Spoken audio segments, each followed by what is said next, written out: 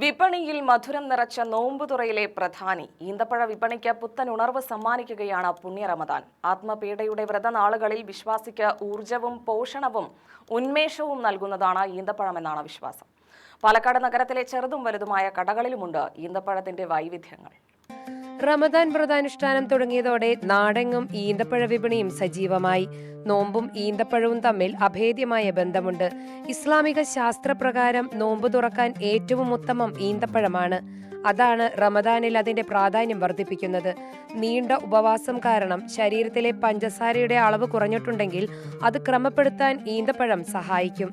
കൂടാതെ ധാതുക്കളുടെയും amino ആസിഡുകളുടെയും anti ഓക്സിഡന്റുകളുടെയും കലവറ കൂടിയായതിനാൽ കൂടുതൽ കാലം കേടുകൂടാതെ സൂക്ഷിക്കാനുമാവും.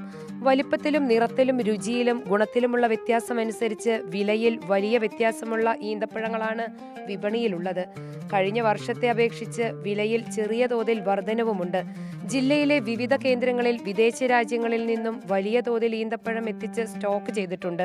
നല്ല തിരക്കാണ് മിക്ക കടകളിലും അനുഭവപ്പെടുന്നത്. ഒരാഴ്ചയ്ക്കകം കൂടുതൽ ഈന്തപ്പഴം വിപണിയിലേക്ക് എത്തിക്കുമെന്നാണ് കച്ചവടക്കാർ പറയുന്നത്. സീസൺ ആയതുകൊണ്ട് ഒരുപാട് സെയിൽസ് നടക്കുന്നുണ്ട്. ഇപ്പോൾ പിന്നെ പാലക്കാട് ഒരുവിധം നമ്മൾ സപ്ലൈ ചെയ്യുന്നുണ്ട്.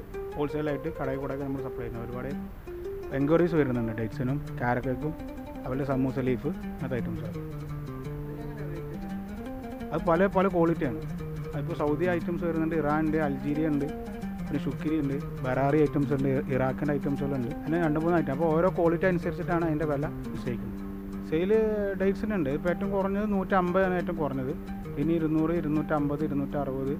ഏറ്റവും ടോപ്പായിട്ട് വരുന്നത് മജ്ദൂൾ സൗദിയൊക്കെ വരുന്നത് 1200, 1300 റേഞ്ച് വരുന്നുണ്ട്.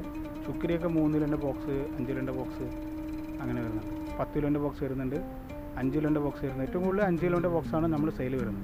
റംസാൻ സമയത്ത് ഈന്തപ്പഴങ്ങൾക്ക് കിലോയ്ക്ക് 100 രൂപ വരെ വർധനവുണ്ടാവാറുണ്ടെന്നും അവർ പറയുന്നു.